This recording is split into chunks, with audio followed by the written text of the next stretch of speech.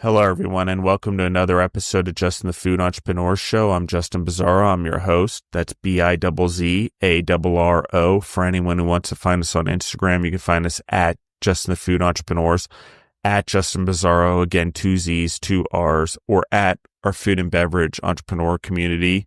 That includes farmers as well for you guys, hospitality entrepreneurs, nutrition entrepreneurs, food and beverage specifically, but it encompasses all of those. So Gorilla Brave is where you can find that. Anyone else who's out there wants to find us, you can find us on Apple Podcasts or Spotify or anywhere else you grow yourself through podcasts. Sorry, guys, I'm a little slow this morning. With that being said, I have Christopher Barnes with us from Lucky's Last Chance. How are you doing today? I'm great. I'm looking forward to this conversation.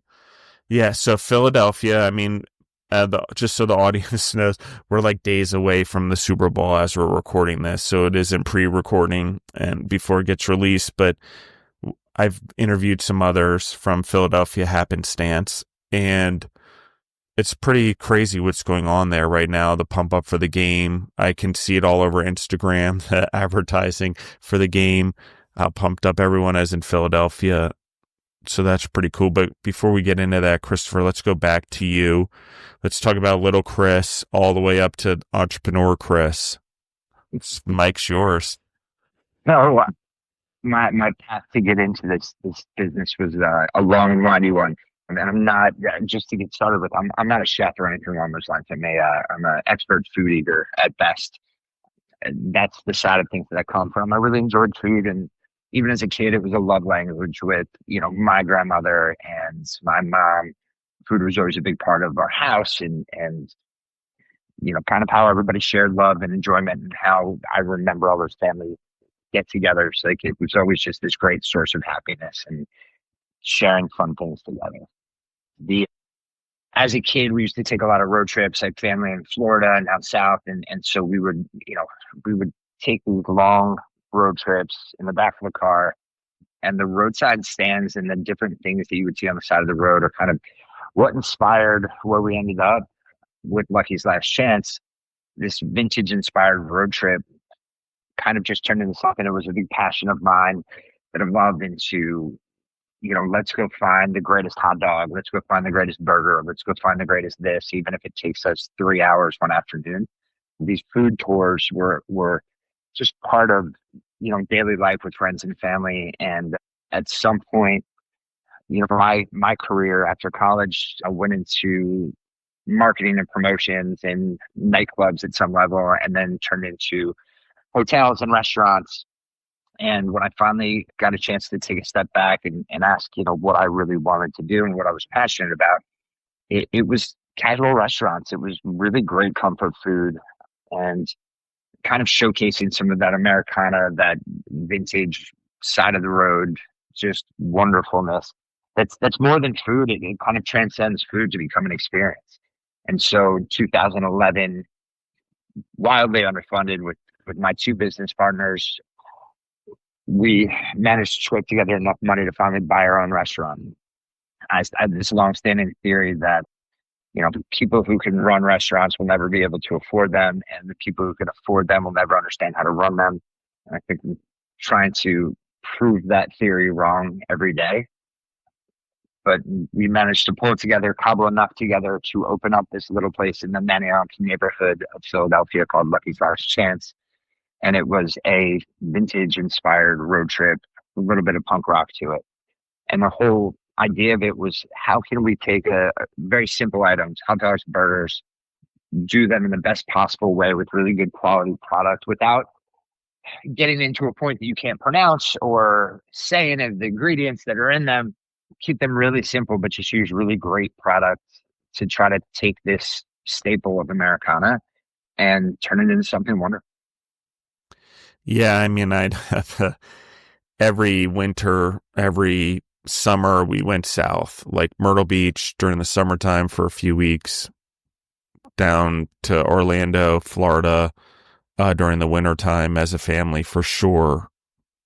And my family grew up on a horse farm, or we were on a horse farm. It's what my mom did for a living, main business, amongst other things. But you would travel up and down the East Coast quite a bit, and the roadside stands were part of that experience. I mean, there was no Mickey without a roadside stand or a Cracker Barrel or whatever, but that's how a lot of these places started. These chains that we see in the South or pop up, the chicken places, fried chicken places, they were just roadside stands as 95 was being built as a corridor down south to support what would be Miami and ultimately Disney World building all an attraction there for many, many theme parks, not only theirs, but others. So let's talk about like conceiving the idea. Let's talk about, you had this idea in your head. You're going to build the first one. You're going to build this stand. You're underfunded. You have to get equipment. You have to pass health inspections. Talk to me. And you have business partners. So you're navigating new relationships, money in those relationships, not enough money. Sounds like a perfect marriage.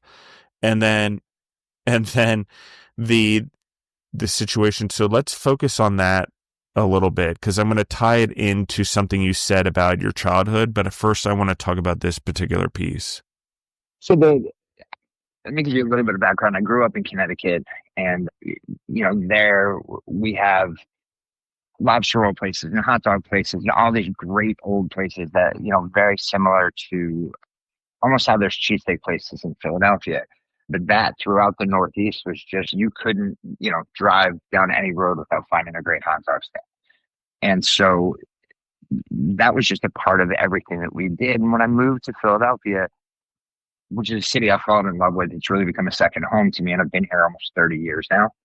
I love it, but there were a few things from home that I really missed. And it was some of those little stands and fried clams and great hot dogs and those types of things, which, just didn't seem to be as prevalent in the Philadelphia area.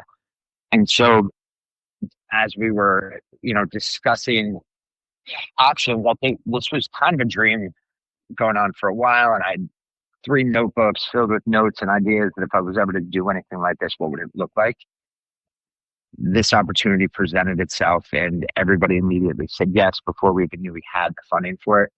So we borrowed and begged and did whatever we needed to put together enough money to take over an existing restaurant.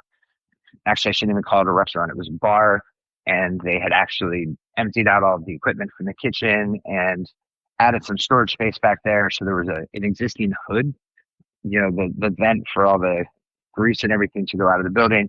And that was it in terms of infrastructure for us. So we took the bar over, had friends who had a cheesesteak place next door. And for the first few months, our menu was essentially their product that we were running over from the restaurant next door just to put in front of our customers at the bar, just to try to get this thing going, which in retrospect sounds so ridiculous, but at the time was the only way that we could kind of move forward because we couldn't afford to do a full build out of the kitchen and everything else. And so over that first year, we didn't even have enough money to really change the name yet. We started to build out the kitchen, and every month, if we made a couple dollars, we would buy a piece of equipment for back there and start to get it to a point that we finally had this really tiny, I would say maybe 8-foot by 12-foot kitchen. And we went to our butcher and said, hey, would you be willing to make us a custom blend meat? We want to do burgers. That's all we want to do. We're going to be a bar with hopefully really good burgers. And he said, yeah, we can do that. How many do you expect to sell? And we said, hopefully 18 a day. And this was our goal at the beginning. And that's kind of how we got started. We finally got this kitchen open. We started with, I think, 6 burgers on our menu, and we had some French fries and scratch-made onion strings. We were doing as much as we could with the product that we had, but using, the best rolls we could find and the best meat that we could find. And that custom blends put us on the map. And that's where it all kind of started. And it's evolved now 14 years later into technically 3 locations, and we can do 300 to 400 burgers in a night at a location. Let's talk about childhood a little bit, mentors, coaches along the way to get to where you have to have the grit to get through the first year, and the integrity, the character, the work ethic, because it had to mount up to that point in time. Obviously, you're got skin in the game, money, but not every human is motivated by, hey, I put money into it, I'm going to keep working really hard no matter what, and reinvesting and buying equipment and come up with an idea to get food from next door. I do like it. I get it. But let's go back to a little bit mentorship, coaches, teachers. I don't know what it is. Parents, maybe. Talk to me a little bit about the instillment of character there, because that is a character thing. So my dad, when I was a kid, my dad had a gas station and then an auto parts store. Never finished college, very blue collar family. Kind of got into this gas station, ended up running it, and at some point, got the owner to agree to sell it to him.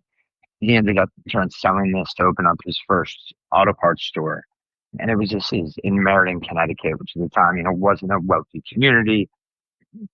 And it was a little tiny store, and just over time, just built it into something. And I think, certainly instilled in me the idea that this was possible, that ownership was possible, and not only possible, but if I worked hard enough, that we could get ourselves to a good spot with it. But I think it's also a character flaw of mine, which is I think I can make anything work if I try hard enough and work hard enough and put enough into it.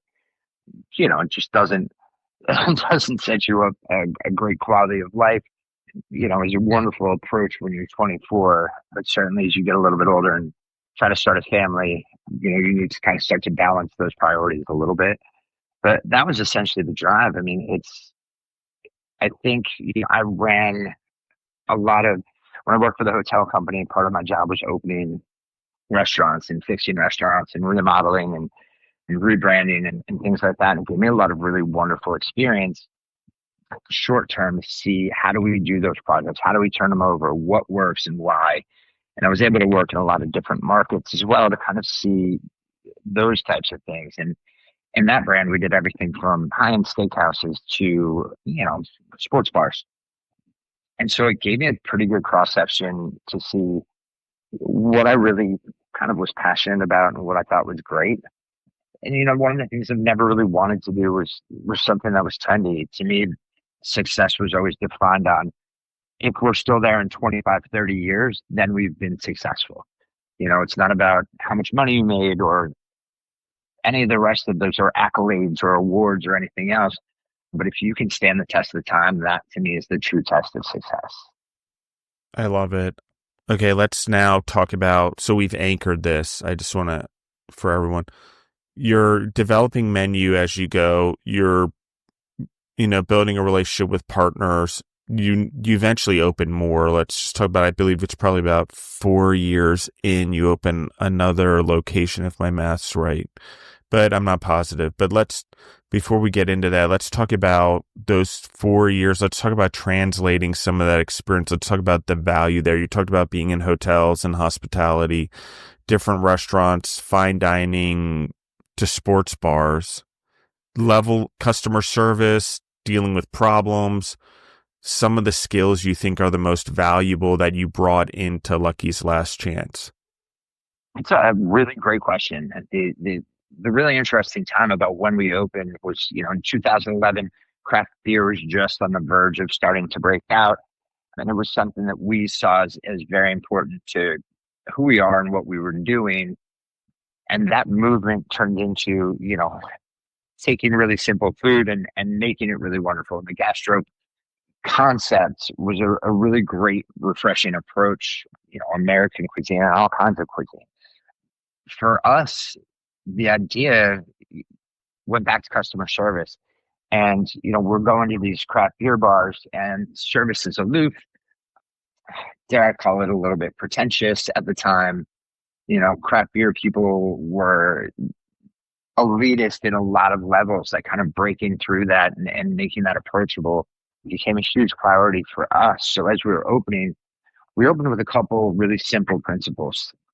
The biggest one is we wanted to take a fine dining approach to the feel and the vibe of service without all the, and I think this is my own term, but all of the pretensia attached to that, right? So can you go to a bar and get service that's more than just what do you want? Here's your stuff.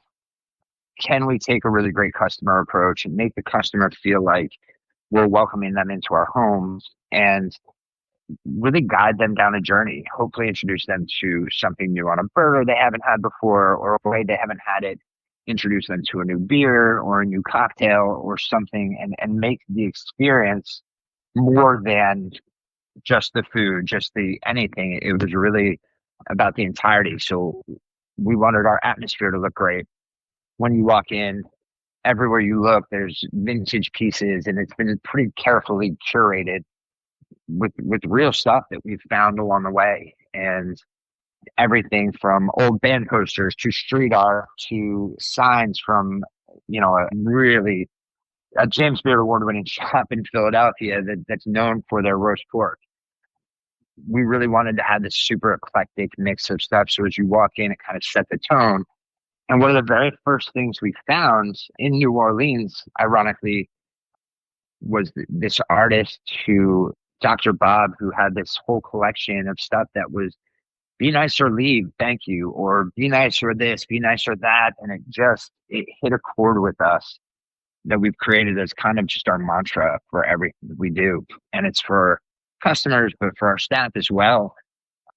Be nice. That's why we're here. Be kind. Make sure that we're showing people a great experience. And for our customers to be open-minded and be kind to that stuff as well. And it's really created a great atmosphere. The core of our customer service relations come down to three principles for me. We invite people to come out. We show them a really amazing experience. And at the end, we thank them to come back again. We're going to win 100% of the time. And the tough part about our industry is it's really difficult to do those three simple things. So we just spend all of our time focusing on those three pieces. And how do we make this customer experience as great as it can be? And if we treat every customer like you're choosing to spend your time with us, you're choosing to have a mini vacation with us, and we can give you an experience that takes you away from all of your stress and all of your things at home for 5 minutes or 5 hours, then we've done our job. And that's really what we're here for. And so the experience from a customer standpoint, it's about all of those pieces working together. It's about putting really, overly gluttonous things on their plates. They're like, wow, and I don't know if I can finish all this, but we want to create that exciting experience for people and share our passion for what we do with them. And the goal every day is hopefully we can get that across in a meaningful way. Yeah, absolutely. Let's talk about the relationship between you and your business partners starting off. Are you guys working in the restaurant full time? Are you working jobs? Are you piecemealing it together? How are you managing all of it? And then let's sort of allow this question to go into like hiring employees and allowing it to run itself to start a second one. But first, let's talk about how you guys operated as a triplet. I don't know what the term would be. A team. Yeah, I mean, at the beginning, I think all of us were playing different roles. I was the only one who was able to do this full time. Everybody else had to keep full time jobs. We couldn't afford me, much less all three of us. And so I became the de facto, operations person at the beginning. With that said, nights and weekends, these guys are in here painting and closing and opening and counting banks and running to the bank and figuring out payroll. When I tell you we did everything and we had no infrastructure from an administrative standpoint, it was the Wild West. And, we were every day talking and how do we make this thing work? And over time, we've been able to backfill enough that these guys haven't had to be involved in every spare moment of their lives that's not attached to the business. They still both have full-time jobs and lives outside, and those things have gotten much more common over time as we've been able to support ourselves from within. And so, I'm still the one involved from a day-to-day standpoint in terms of driving the brand, but I got to be honest, they're so involved in the vision and moving forward and being supportive and making sure that we're moving in the right direction. And if we ever need anything at all, the first ones to come running down here and say, all right, how can I jump in and how can I help? And sometimes that's as simple as just painting something or fixing something or cleaning the floor. And I think we all came from that background where we've done all those things. I was a bartender at one point. I was a bar back at one point. we all had come through the hospitality industry at some level. And so it was much easier for us to understand that side of things than it was for us to understand the ownership side. That's where we were really doing all the learning and trying to understand how to make it work. We, as you evolve into, a staffing standpoint, I'm going to tell you this, the name Lucky is apropos as it gets in regards to our core staff here. Some of them were actually here when we bought the place, and then we hired a few along the way. And what we always looked for in these people is people who were engaging and charming and made you feel at home instantly. Because those to me are the people that can create that experience for guests as well. And man, did we get lucky with some really amazing people. And some of them wanted to be in this for a long term, and some of them just wanted to be in this until they could get through school or through this or through that. And then, over time, we would lose some of these people to grown-up jobs and full-time things. And yet we were able to get the next group of people in that were able to see that culture and kind of carry that tradition on. So I think the staff is really the ones that inspired who we are and what we're all about. And man, we've been blessed along the way to just be able to carry some really wonderful people with us. Let's talk about the delegating everything out. You talked about, okay, your take operations. Did everything just fall into place from a partnership whose role was what? All of you are doing it full time now, I assume, with multiple locations, but I'm not positive. So, I mean, there was a transition there. How did you know when it was time to transition if you did all go full time? So those guys are full time in other jobs right now. One of them actually lives in California, and so they still have their jobs outside of this. I'm the only one from us that's full time in the business. But what allowed that to happen is kind of just the staff that we have coming up. When we started here, there was a manager here who I had worked with years earlier. And it was one of the big reasons that I felt comfortable walking into this super risky opportunity where we were about to blow all of our savings if this thing didn't work out, and we were always one payroll away from potentially closing the doors at the beginning. As we started to allow, so one thing happened really early on that kind of changed the trajectory for us. We had a regular invite us to this event called Philly Burger Brawl. And Philly Burger Brawl was these elite restaurants in the city getting together to compete for burger supremacy. Yeah. And all the money from this going to Philadelphia public schools. So it was a giant charity event. It's awesome. It was an invitation only thing. And here we are getting an invite to this thing. And as I look at the list, I mean, it is big name chefs and big name people and big name restaurants. And man, I looked at this and went, wow, we have no chance to compete with these guys. We are, a bar that happens to do burgers, and these guys are some of the elite culinary leaders of Philadelphia. And so we can talk more about this if you want. Yeah, absolutely. Let's dive in. The idea of our burgers and our burger menu, we were supposed to start off as a hot dog place, and we couldn't find the New England style hot dog rolls. So a couple of weeks before we opened, we had to pivot and start with burgers instead.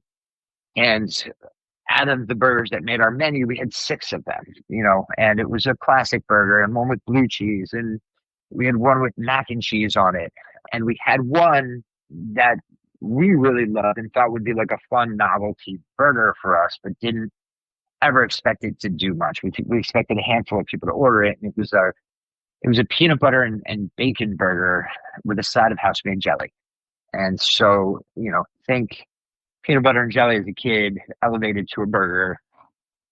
This thing was, it was fun and it was silly. And it was, for us, it was a way of kind of poking fun at the gastro pub vibe, which was very, very serious about the food and these things, but in a way that we still paid homage to that as well, because, it wasn't just using any generic stuff that we could find. The jelly for that, we wanted to make it dippable. So here we are, with this jelly, and we're cutting it to try to get it to a better, state of viscosity so that it's dippable and spreadable and you can pour it up. And we really kind of went into the nuance and the details with these things. And so after we got this invite to Burger Ball, we said, well, what are we going to do? We're going to bring our classic burger. And we can't compete with these guys on the level. Like what they're doing is, things with foie gras and all these really wonderful ingredients and really chefy ingredients. And I said, this is just who we are. So why don't we go ahead and enter our peanut butter and bacon burger? Let's have fun. These guys are amazing at what they do. We're not chefs, but we're here to have a good time. And we love our product, but we're not in that league. We're not in that category. And so let's do this thing. Let's have fun and let's have fun with the customers. And hopefully they remember us and hopefully we can raise some money and it can be a really fun day. And we had a blast. And we met a lot of really wonderful people there. And man, did we taste a lot of really incredible, what I refer to as like steakhouse style burgers, or like premium style burgers, these half-pound, monsters on brioche with 27 ingredients. And we had a blast. And we're packing up at the end of the day and they're announcing the winners. And the chef's choice went to, one of the best restaurants in Philadelphia at the time. And I'm packing up the car and I can't even hear stuff. And our kitchen manager calls my phone and he says, "Hey, we won. You got to come over to the stage." And I laughed at him and I hung up the phone and I said, "I'll be back over in a few minutes." And as I'm walking back over, I see them standing on the stage waving for me. And what I had no idea about was that we had just won the People's Choice. The people that were there got to vote on these burgers and they said we were their favorite. What an incredible day for our little business that at the time was, really struggling, and we were just kind of getting by the skin of our teeth. And it changed the trajectory of everything for us. I think it put us on the map, and I think it allowed us to stop acting like we didn't belong somewhere and allowed us to believe in it a little bit. I think we all had imposter syndrome from some level. When you're around these places, these people that have been established for so long and doing such an amazing job, it's easy to be really humble because they're there. They can humble you that quickly. But this opportunity for us was incredible, and it really, helped us get this whole thing off the ground. And 4 years later, we ended up opening up our second location in the South Philadelphia neighborhood, which is where the school district was that this event happened. And the event was there to create money for the public school down there. So it was just a fun turn of events that we ended up opening up in that same neighborhood, 4 years later. I think it's so on par for sometimes creativity in an environment. It's like painting in some ways. Sometimes there's nothing like the chef world is, culinary expertise is amazing. I think it's amazing. And it's not easy getting that training and stuff. But one of the things I think about is in groups, we tend to be influenced by each other. And we talked about the gastropub thing that sort of happened. That was like a weirdly influenced industry. Like everyone influenced this. If we just upscale everything to a certain level, that it'll be better. And the truth is it doesn't matter the ambiance or the food upscaled if you lack the customer service, you lack the training, you lack the heart and the soul of building the business. We talked a little bit about it, the money issue. If you just throw money at it, there's a part that lacks there. What we just heard is this solidifying of that heart. Does it happen at first? No, not really. Does it happen over a long run? Yeah, it's a lot of hardship. It's a lot of learning, the willingness to learn, the willingness to do things even though you may not have enough now. It's a child. How many people are ready to have children but they have them anyway. You're just like, okay, I'm never going to have enough money to have a kid. I'm just going to have one. So I think that it's the same thing. At some point, you can't keep waiting. You have to do it. And that's sort of what we're talking about here and where it leads. Let's talk about the burgers themselves, the development of them, because you're sort of just trying to fit a menu. Let's get into details of Lucky's Last Chance. Let's talk about those burgers. They're on the menu. I think your expertise and why you hit on the peanut butter and bacon. One is just Pennsylvania loves peanut butter and marshmallow, peanut butter and jelly, peanut butter and everything. So there's that whole thing. But talk to me a little bit about creating this menu. You talked about sourcing the products and making sure they were fresh. But which already did differentiate you in a way. You went to the source to be better instead of trying to create something better with what you had. I think that's important. But let's talk about developing the menu first. Yeah, I think there was a big gap for us when we opened, and in the district of Manayunk where we opened at the time, it was definitely a little more college centric. You had these two factions of people. You had the college kids who were getting the cheapest stuff and the drink specials and food special places, and then you had a couple really high end restaurants. This gap in between, there was really nothing going on.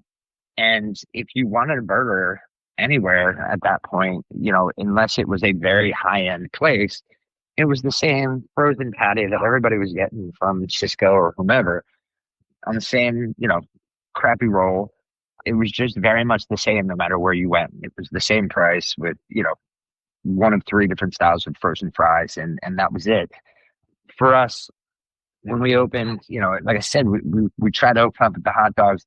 It didn't work for us because we couldn't find the right roll for it. But I think that in itself was kind of really a guiding light to who we are and what we're all about, instead of, taking a step back and taking an inferior role. We changed the plan so that we were ready to execute that. When we had the product for it, we could execute it the appropriate way. And so we pivoted into the burger piece first. And with that, it was about finding the right role, structural integrity, and how does it hold up. And we decided we wanted to butter toast all of our rolls so they really held up and we can start to stack them. But they also had to have like a wonderful flavor, and they had to be fresh every day. And they had to be great. They had to be as great as we can make them for the casual food that it was, without elevating the food itself. And that was the same approach we took with our butcher. And when we met with him, I'm pretty sure he thought we were crazy, because most of his clients were higher end places. And so here he is looking at us with this, very casual little restaurant. And God bless him, he jumped right in and said, "All right, let's make this thing happen." And here I am now, with 3 restaurants total. And every time I walk in there, he says, "Remember when you wanted 17 burgers a day?" Which is it fun, but the things we haven't changed since 2011 are we hand press every single patty that comes out of this place. Our staff is here at 5, 6 o'clock in the morning, sometimes 4 of them pressing patties just to get us through the day. And we do that every single morning. The menu itself was predicated on having a really great patty and a really great roll, and then kind of starting to add layers to those things. And we did decide early on that we didn't want to be an 8-ounce burger cooked to temp. We wanted to be 2 smaller patties that we could put cheese inside of, and we can do different things. And so it had that kind of classic side of the road, if you want to single, double, triple kind of feel, the diner-esque vibe to these things. So they're not smash burgers by any means. They're quarter-pound patties, but they're thin, and it allows us to be more flexible with them, have more cheese coming through in them, and be able to do things in between them. And so the core of our menu, the first thing we knew we wanted to do was this mac and cheese burger. And I'd worked with an executive chef at the hotel who actually came and helped us hone in our recipe for this. And it's a long process. It's, sweating down onions and making a roux and butter and seasoning and all the rest of these things, and then adding in the cheese and simmering it out and straining out all of, the onions and everything else that goes into it to create this cheese sauce. And here we are doing this just for mac and cheese that only goes on a burger. So we're already going through this giant process for one item on our menu. And then we moved on to, a classic burger and a spicy burger, which we call the almost Inferno. We actually had an Inferno version of this with coached pepper chili and everything else that we realized at the time just wasn't a great idea. And our customers thought we were kidding when we had them sign a waiver. And then 3 bites in, grown men crying, pouring milk on their face, trying to get away from it. We had, a bunch of different things. And when I say that our menu evolved organically, I truly mean that. Because here we are with 5 burgers on our menu now, including this peanut butter and bacon one. And a customer comes in on a Sunday. We've been open for a few months, and he says, "How can you not have wings at a bar? Like, football's on. How can you not have wings at a bar? This is a mess." And just belittled us for a half hour. And so the following, I said, come back next week. The following week, we didn't do wings. We did what we called a buffalo wing burger, where we took shredded chicken and buffalo sauce and blue cheese crumbles and all of those good things that make wings and put it on top of a burger. And I said, this is as close as you're ever going to get in this place. And then we kind of made it as a joke burger. And here this thing is still on our menu 14 years later. The customer gets to dictate that stuff. The mac and cheese that we created just for that one burger has turned itself into an entire mac and cheese menu for us. We have multiple options for the mac and cheese with that same base because the customers demanded it. It was never in our books. It was never part of the plan, part of our notes on this thing. It just happened organically because the customers really made it happen. And that's how our menu's grown. Even once we introduced hot dogs a few months later, we took a very similar approach. Anything that we couldn't make in-house, we wanted to source from somebody really wonderful locally. So when we wanted to put pulled pork, smoked pulled pork on a hot dog, we went and found a neighbor who could make that for us and did that really, really well and bought that product from them. When we wanted to open our brunch, we wanted to have biscuits on our menu. So we went out and realized we don't have an oven. We can't make these things. And so we walked around the neighborhood and we found somebody who can make them for us and had the greatest little bakery down the street create these things for us. So our menu, as it evolved, started to turn into partnerships and relationships on the street and in our neighborhood and supporting other businesses and sharing some of the stuff that they were really passionate about on our menu, which just makes things better when you get really wonderful people. It's amazing because I think the part of the community, the necessity there that you went through is what aligned you, business partnerships, vendors. These things are important in business. That's why I keep saying money doesn't solve all issues. It can't build the relationships. It just can't do it. In times of need, in helping each other, in community, in building businesses, and even if you are flush with it, letting your business be a little uncomfortable without it is important. I get it, reinvesting, but the business has to grow, and we don't grow when we're stagnant. And so I think it's important that we talk about this. One of the ways we get uncomfortable again is we grow to a new second location. So that is sort of what we're talking about here. When you're ready, you've got the menu down, you've added in the hot dogs, the mac and cheese. What do you things are going well? How do you decide it's time for a second location? What is the triggering point for you? How do you know it's time? It's just because of the event? Question. Yeah, I think when you said uncomfortable, that's what drives creativity, I think, across the board with everyone. And I think you see it most in music. When bands are young and hungry, their music has this great soul to it. And there's a reason for that stuff, and I was a big boxing fan. You kind of see it with boxers coming up as well. But all of a sudden they get into the fancy gyms with the fancy trainers and, they don't have that same hunger to get things done. I think for us, for our entire team, it's always about continuing to challenge ourselves every single day and never be happy with status quo. And that's what drove that. So I think once our menu location got to this level of maturity, that we felt really comfortable with the product and we felt like we had a great team in place and, we had explored most of the options and stretched things as far as we could with a lot of these things. It seemed like the only obvious next choice is, all right, let's try to do this again somewhere else. Do we think it can work somewhere else? And how do we make ourselves uncomfortable again? And how do we challenge ourselves again to make this second location happen? And, we went into that one slightly less underfunded, though still wildly underfunded. We kind of had to claw and scratch our way to get to a point over there that place made sense. And the one thing people don't understand about restaurants is in the first year, you should never be expected to make money.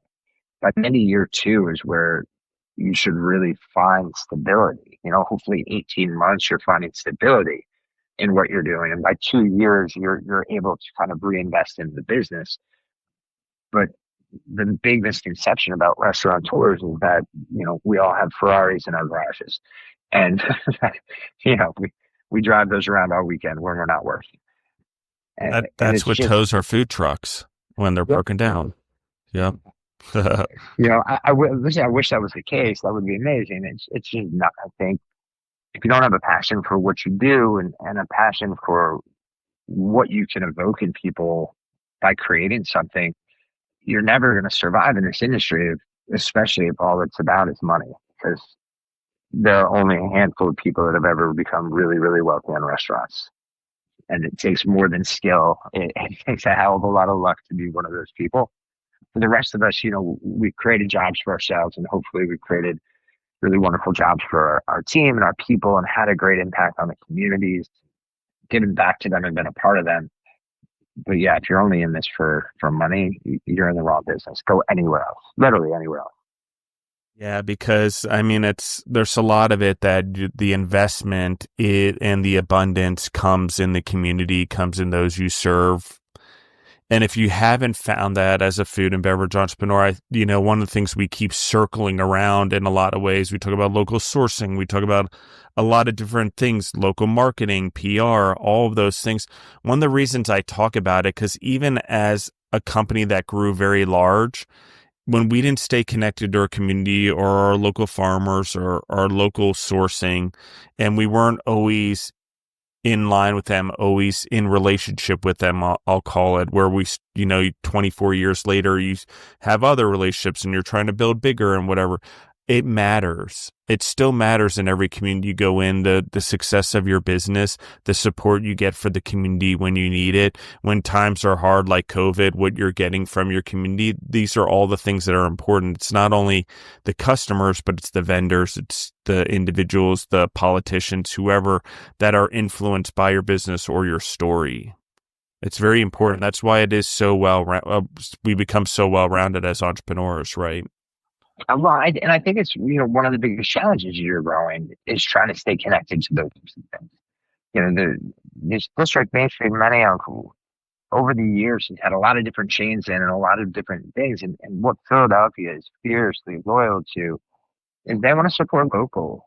It's one of my favorite things about the city is they're so passionate about supporting local. Right now, to the best of my knowledge, we don't have a single chain store, restaurant, whatever on this entire strip. And this is a huge commercial strip for us. We've had a ton of them come in and a ton of them go away. And I think part of the reason that they don't do that is because they're not connected to the community. They're not connected to what's happening in their neighborhood. It's, broadcast from a headquarters somewhere else. And so it never ends up creating a relationship. And a lot of times people don't even give it the opportunity to. So for us, I think that's been a really big priority, and trying to do that as you scale up gets harder and harder. But I think that work is so important. The easier thing to do would be to start to move on to larger vendors and things like that, which sometimes is necessary. But when you can maintain those relationships with smaller vendors and with your neighbors, there's nothing more important than that in our industry. A big focus of what we do is trying to give back to the communities. We do a program called Toys for Tater Tots in around Christmas time, where we give free tater tots away to anybody who comes in with an unwrapped toy. We have one of our biggest charity events is called Lucky's Great Wiener Race. And it started as a National Hot Dog Day thing where we thought we would dress up dachshunds in hot dog costumes, race them down the street, and raise some money for Philadelphia Animal Welfare Society. Yeah. And the first year, I think we raised, $600 and we had 6 dogs in the race, and it was fun. Over the next 6 years, this thing grew and grew and grew. And pre-COVID, we set a record. We raised over $13,000 in one day and had, I think, 65 dogs in the race. And it was a ton of fun. It was a great afternoon, but it was also a great way for us to give back to the community in a really fun way, in a really fun setting. And those types of events are so important to making these communities thrive. We have an obligation, I think, to play our role in these things, whether it's donating meals for different times of year or, just reaching out to your neighbor and trying to be there in times of need. I think COVID really showed us how important that was because the businesses in our neighborhoods that not only survived COVID, but were able to walk out the other side and and still be strong at some level were the businesses that were really attached to the community. The ones that didn't have those relationships seems to be the ones that struggled the most. And we're so grateful for the support that we got, because at one point, we had all of our top leadership cooking burgers and bagging stuff and handing things out the window to people just to try to, get food out in our community and hopefully keep a couple people on our staff working during this time. The support from the neighborhood was incredible. And the whole city, quite honestly, was incredible with all of the restaurants and small businesses. This will be my last question for this episode. I'm going to ask you to sign up because, we didn't even really totally get into Lucky's Roadside, and I want to talk about the pizzeria and the sandwich place as well with the audience. But this is going to be my last question directly, and I'll probably ask some questions off of your answer. But talk to me about all the lessons learned, the growth in the 4 years at Lucky's Last Chance that you brought into Lucky's Roadside. While you may have been strapped, things may have been different. There's a different level of skill, leadership, entrepreneurship, customer service, probably standard operating procedures. There's a whole level of that's different. Let's talk about those that you gained during those 4 years as you went into the second one. So the biggest challenge with opening the second space really was, how do we keep the product consistent? How do we do exactly the same thing in both spots? How do we, as a customer, go from the first place to the second place and have that exact same bite, that exact same experience, that exact same feel? And how do we execute that consistently? Because now you have two different groups of people and it's easy to silo those things. And we certainly had our challenges, and we would find the ways we did things and processes that we did slightly deviating from one place to the other, or somebody would make a change and the other one wouldn't. And so one of the first things, and this is going to sound so dumb, but we were aware of it, but we weren't fully prepared on how to fix it. So I tagged our general manager in our first location as kind of the Bizzarro change, and decided that any change we were going to make to either restaurant needed to go through him. So we had one person signing off on any changes that were made, and it made it really easy for, I think, our team to understand, okay, if we want to change something, that's okay. We can. We just need to make sure that we're all doing it the same way. And, part of it's just trying to continue relationships between some of the staff and things like that too. We never wanted to create a structure that was so rigid and so corporate that it lost its charm and kind of love of the game. But we also didn't want to give so much freedom that we were allowing the customer to end up with a different experience from one visit to the next. And so towing that line, I think, is, not something that we've learned along the way. It's something that we're still always, every day, trying to pay attention to and trying to make sure that we never lean one way more than the other. Now, over that time, we brought in friends and different people and asked for feedback and asked for them to be really honest with us in terms of our processes and how do we do things and how do we document. And, one of the biggest things I think we've been successful with is creating a training program for our kitchen that allows us to get people from training to working the line in about half the time that it used to take us when we were just trying to teach them one at a time. And having that uniform structure to start things off at least creates a foundation that everybody's working off of the same foundation. And so it helps us from straying too far after that point, because we all have the same basic grasp of knowledge of this. And it keeps us, united. And so over time, what we found with the two places is that they've made us stronger, because somebody will figure out a more efficient way to do something or a better way to do something, or tweak something that turns into a better product for the customer. And now we have two places always working at making us better that we can bring back to the other one at all times. So having those two hands went from almost a weakness at the beginning on trying to stay consistent, and it was turned into a real positive for us, because we have more people that are focused on making the experience for the customer better, which is really what it comes down to at the end of the day, right? Like, the customer experience dictates everything. And as we evolved, into the roadside stand and some of the rest of this stuff, I think the key takeaway that we all take from this is, you know, we're not smarter than anybody else. We're not better than anybody else. We just have to pay attention more than everyone else. And we have to really make sure that we are always listening to our customer and always paying attention to making sure that we're giving them that same wonderful experience on a Monday at 3 in the afternoon or on a Sunday night at 10:30, that they're getting the same quality product from us, same quality experience from our staff, and that the environment feels just as good to them, regardless of when they come. I think that's I think that's really one of the biggest keys to our whole industry. If you can find a team and surround yourself with people that really care about the customer and care about that experience, you can figure everything else out. But without that, you can take an amazing menu and make it very mediocre so fast. The team's the one that really brings this to life. The people are the ones who bring it to life. I agree 100%. I think that the culture that you build, the energy that you put into it is hugely important. I think fellowship, having community, supporting each other in community, that's really one of the huge impacts. I mean, it's funny. Philadelphia is a hard place to come if you're an outsider or you're a chain. But I will tell you this. It's the city of brotherly love, like in case we don't talk about that anymore, probably in Philadelphia. So there's a bond there, a loyalty there. It's a rough, of course, people think it's a rough place or New York City's rough. But one of the things those places do is they're boldly loyal to their communities, their towns, their cities, their community. It's important to understand, like, the entrepreneurs that are forged in these places are unique. Okay, no different than the showmanship that has sort of coming out in Nashville.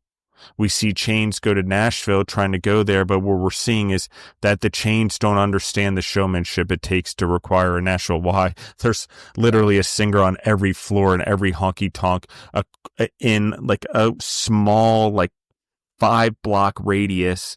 So show business is part of what that city is. And the only reason it's booming is because of show business. So understand that different cities have different things that make them special. Okay. That's just what I want to say to everyone. But at the end of the day, the community is important. Going into new environments, understanding the community, interacting with it, understanding what goes on there is important. Well, and I'm going to add on to that. Yeah. And I heard you talking about it one of your other podcasts about absolutely. These communities that really foster, entrepreneurs and restaurateurs that work together. One of the coolest things about this, when we got into it, we didn't know a lot of these people, and over time, what you realize is that there's always somebody out there willing to answer a question, help you out with something, give you a contact, whatever that may be.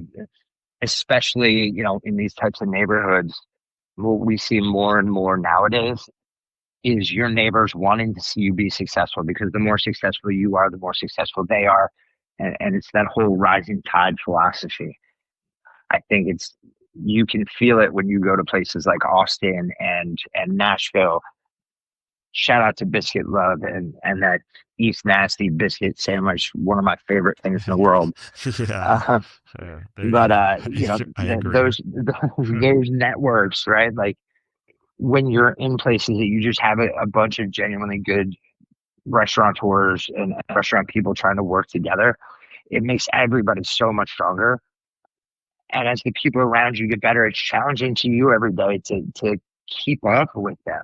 Right. So for the customer ends up with a better product, because we're all pushing each other every day to be better and do more and really stay on top of your game and your craft. And, that's what allows it to stay fresh, and that's what allows it to stay exciting for the customer.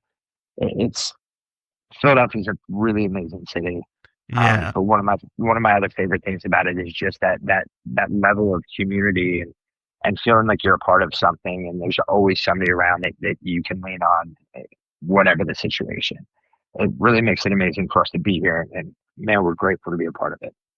Yeah, one of the things as I did business and it grew the United States and even internationally, that I didn't understand is that, yes, are we more direct with one another on the East Coast? Do we tell each other how it is? Or do we stab you in the front and tell you we're going to stab you in the front before we do it? Yeah, of course. Like we don't, there is no, yeah, exactly. But one of the things that's oddly weird is the community and the encouragement of one another and the lack in many ways of the tall poppy syndrome or the crabs in a bucket syndrome that I will say that goes on in a lot of other places, like in Denver for sure. I see it, but in the restaurant world, there is community, but in the outside world, there's less of it, especially with people come in from outside worlds. That competition with one another translates into so fear sometimes. What we're not realizing is we have to build an industry. The industry has to grow in order to even have the capacity for one of us, let alone two of us or all of us. So one of the things that you talked about was the whole street of businesses. You know why that's possible? Everyone grew the capacity of the willingness of the individuals to come to that street to eat the food there. You know what happened? All the businesses keep growing. Right.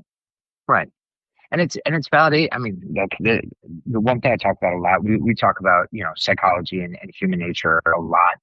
One of the most interesting things to me, and I don't remember who said this to me first, but restaurants are one of the very few segments of business in our world right now that is not becoming a chain. Hardware stores and big box stores and even grocery stores and things like that. People want to go to names that they know. And in fast food, that is very much the case. There have been all kinds of stories about the fact that people don't go to McDonald's because they have the best burgers. They go to McDonald's because they know exactly what they're going to get every time. And so I think consumers, by and large, want to know what they're walking into. They want to know that if I need to pick up this part for something, if I go to Lowe's or Home Depot, I'm going to find this thing. And it's really pushed a lot of independent businesses out because it's so much easier to go to these places. And I think Amazon has kind of helped that process as well. Restaurants is one of the really unique places where overwhelmingly, at least in today's day and age, consumers prefer something different, something unique. They prefer an experience. And, I refer to this as the Instagram effect a lot, but you have all these restaurants that are just chasing Instagrammable photos and things along those lines and are having success doing that because they're genuinely creating these experiential opportunities for people to come in and share on social media. But just to kind of go back to that core point, it's really hard to find another industry that supports independent businesses as much as restaurants do. Because even in the beer world, we had this craft beer boom and all these little breweries were starting to compete with the big breweries. And then what happened is the big breweries bought them all up, kind of kept their brands for a little bit of time, and then, watered them down to the point that they're gone for the most part. But there's just not a whole lot of industries out there that the consumers will really get after the way they do independent restaurants. And it's a great love story. And I hope it carries on forever. Yeah, one of the crazy things, let's just talk about this for a second. The compounding effect of restaurants and food service in the business in general. Yes, do larger chains create industry also? Of course. Okay, but what we're saying here is in community, there's also the building of community. It looks a little different, okay, because there's localness to a community. There's localness to a business. It helps you get to know your business before you expand too quickly. It's why jumping into franchising too quickly is a dangerous thing. You created a beast without actually getting to know the beast. It's like letting Frankenstein loose. And part of the reason Frankenstein's so dangerous in the book is because he's created, and as soon as he's created, he's this strong monster beast, but he has the brain of a child. Right. Even though it's someone else's brain. Like, we just have to think about those things. Like, it's important in the human construct in our businesses to understand how fast we push our businesses along. And that to me all comes back to listening to your customers and letting them cue you as to when and how. They'll let you know when you pay attention to them. it's really incredible. I mean, I always look back at this and I said, look, this is on paper what we thought this business was going to be 14 years ago. And this is what it is now. And they're not wildly different. The core concepts are similar. But man, there are some places that has completely gone off the rails in a wonderful way because the customers have not only allowed us that path, but they've encouraged us to take that shot. And sometimes it was just a blind spot for us in the first place where we didn't see it. I never expected to have a fried chicken sandwich on our menu here, much less two, and that's what we have today. It was not a part of who we were, but as times changed and customer taste changed, it became something that became a demand for us. And so when we decided to do it, we said, you know what, let's do this thing as good as we can and really make it happen. But that's all comes from listening to the customer and making sure that you're paying attention when they're talking. Yeah, absolutely. And the things that we're talking about here also, guys, that lead into it, the social media, listening to customers, growing your business, it creates jobs, it builds community. It also, weirdly, restaurants have created so many sub-industries. Think about social media influencers now. They make money off their reels. That's why they do it. That's part of the reason they're getting the money. They're also benefiting the restaurants, so they're helping the restaurants. But without the restaurants, there is no business like that, right? So same with the delivery business, even though they're giants now and they've all weirdly consolidated, but we just talked about, it is a business that supports a lot of 1099 drivers trying to make ends meet in whatever way that they're doing. So yeah, I think there's value for both, and yeah, that's what I think is the problem in some of these bigger businesses is yeah, you just don't see the diversity in this. For restaurants, there's a place for an Applebee's. There's a place for a McDonald's or a Wendy's. There's a place and a time for all, and there's a need for all of these things. But the cool part is they can coexist, and we're not worried about a fast food burger place putting us out of business because the product isn't the same. We're while we're all talking about burgers, it's not the same level of burger, it's not the same type of burger, it's not the same thing. And the customers, at least for our industry, really recognize that, hey, I'm in a hurry, I'm going to grab a Domino's pizza this day. But that same customer the following week is going to stand in line for a half an hour to get into Angelo's in South Philly, and grab a really mind blowing pie there, which is on a whole different level. And I think that's the really fun part about this. Those things can coexist and both be successful because there's consumer needs for both of them. But it hasn't, at least in our industry, we haven't allowed big business to kind of push out the independent ones, and we're allowed to stand next to them, which is pretty impressive and really amazing. yeah. I think it's just one of the cooler things. Talk to me just about that customer feedback. How do you keep that loop going as you've grown into multiple locations? You have different concepts, so I think that helps. But talk to me about that feedback, making sure the staff, the general manager, whoever is also in line with that. How do you do that? How are you making sure that exists? A lot of people, and I know this is an unpopular statement from the restaurant side of things, and you would probably vouch for this as well. The Yelp world changed the way we do things. And so many restaurateurs looked at that and went, man, this gives everybody a voice of a critic. And this gives everybody a voice, no matter how uneducated they are and everything else. There's two sides to that sword. And the other side of that sword is instead of hearing what a critic thinks of your product at some point, you're now able to hear what the average consumer thinks of your product.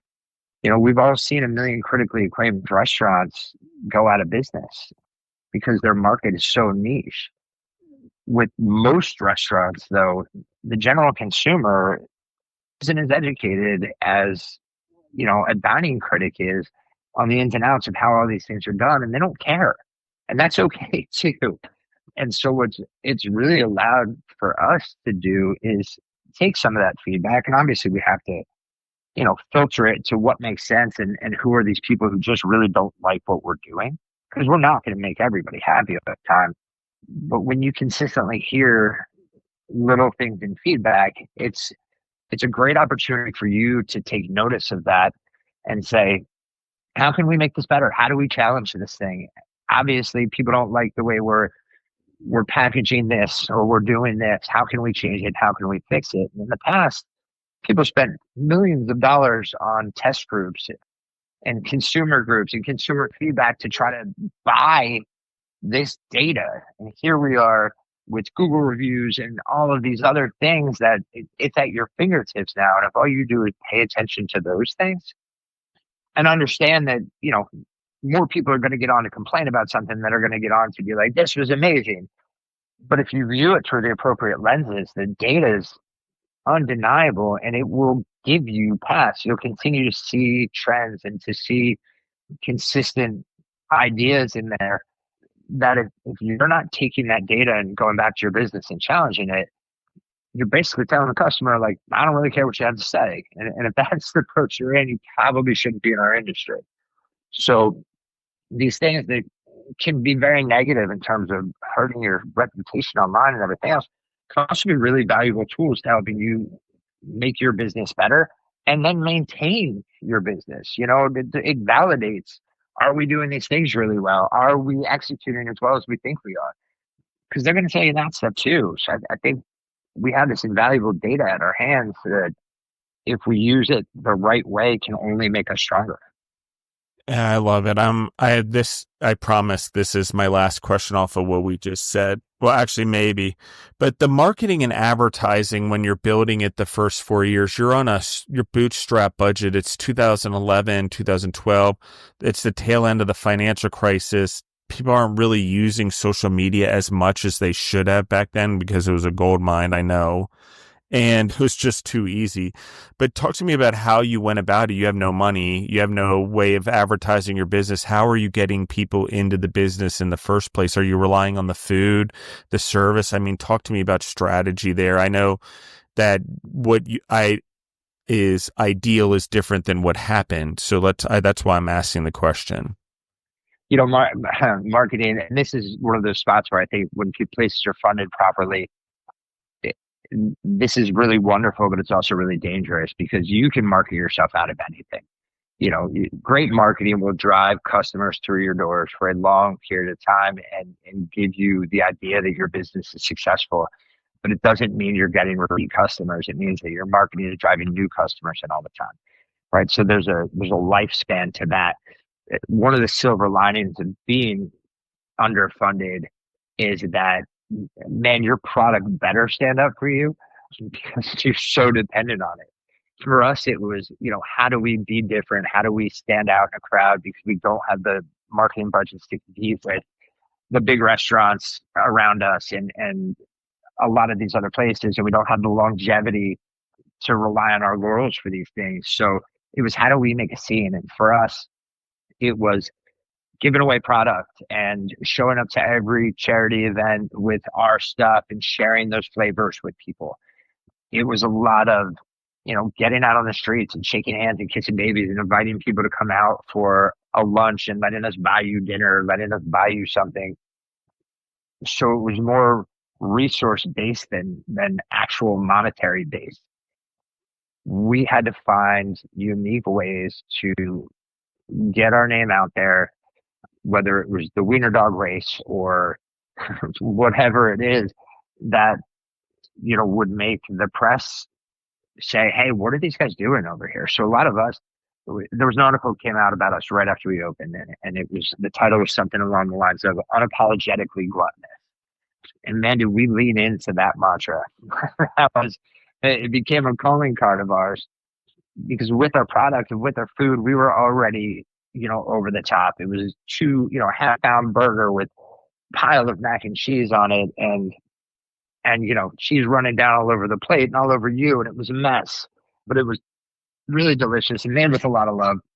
And we had to use a lot of those tactics to really get us to a point that the business could sustain itself. But we actually joked at one point, we had a sandwich sign out front. And, at the time they were up and down the street and every single one of them said, $3 flavored vodkas and $3 blue moons. And the happy hour this, and they were all shouting a similar message, but none of it was unique to the place, right? Like you could take those boards and kind of mix and match them in front of any restaurant on the street, and they would all probably make sense. They were all saying the same thing. And what happens in that, in my theory at least, is people stop paying attention when it's all the same. And so we made our board kind of a contest amongst staff. And how do we put something on there that may have nothing to do with our business today, but is going to get people to stop and pay attention, hopefully laugh, at minimum, notice it.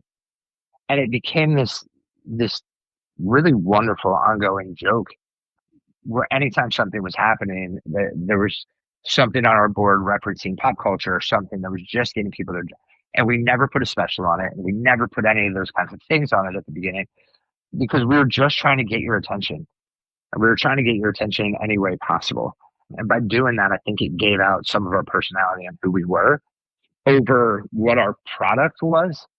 And in a time when everyone else was trying to sell on specials, we backed into just having fun. I think marketing on personality, and it resonated. It resonated with the right kind of people. And so some of it was dumb luck, and some of it was just us having no other additional resources and trying to figure out a way to do whatever we can with the tools we had. It became a really fun thing. I'll never forget, there was a huge windstorm, and our sign had fallen over 100 times, and our bartender ran outside and he erased the sign and he just said, "It's been a long day. I'm tired. Please just leave me here." And the sign was on the ground. So people walking by were just seeing it flat on the ground. And it was kind of, that let's poke fun with this. Let's have fun with this. Let's not take ourselves too seriously. I think just started to exude through everything we did. And those little things, fortunately for us, really resonated. And Yeah, absolutely. Where can they find you guys online? Where are your locations, the addresses, social media, websites, all that type of stuff?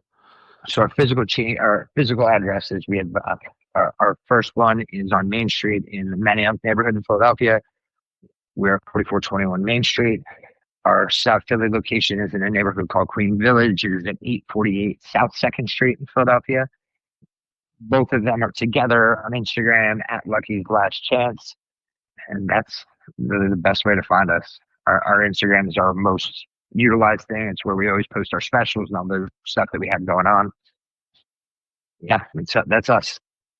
Yeah, thank you for your time. My mind is blown in a lot of ways, and I do a lot of this. I interview a lot of people. I've been in business a long time, but there's the thing that I want to anchor for everyone.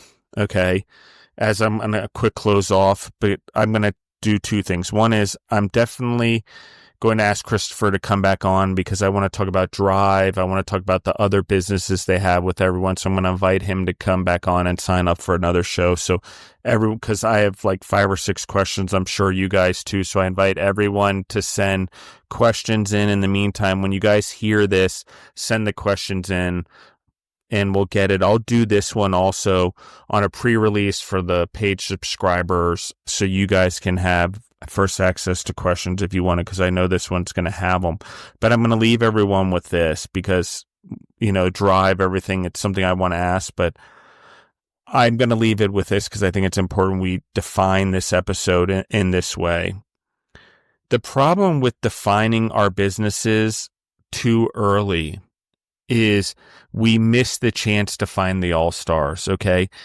We're talking, you've heard me mention before, Shake Shack. Shake Shack was a burger and a stand, a park that was just an offshoot of a few restaurants, but it was an all-star on a menu in a restaurant that they're like, oh, let's just do our all-star fries and burger. Okay, these things matter. Why do they matter? Because if they had all the money in the world, they would have kept growing multiple restaurant concepts. In that particular case, and Shake Shack wouldn't exist and created all the jobs it did. Okay, company that was rooted in community grew a nationwide, possibly international chain. Okay, what else am I saying? Let's talk about shoes. Let's talk about Nike.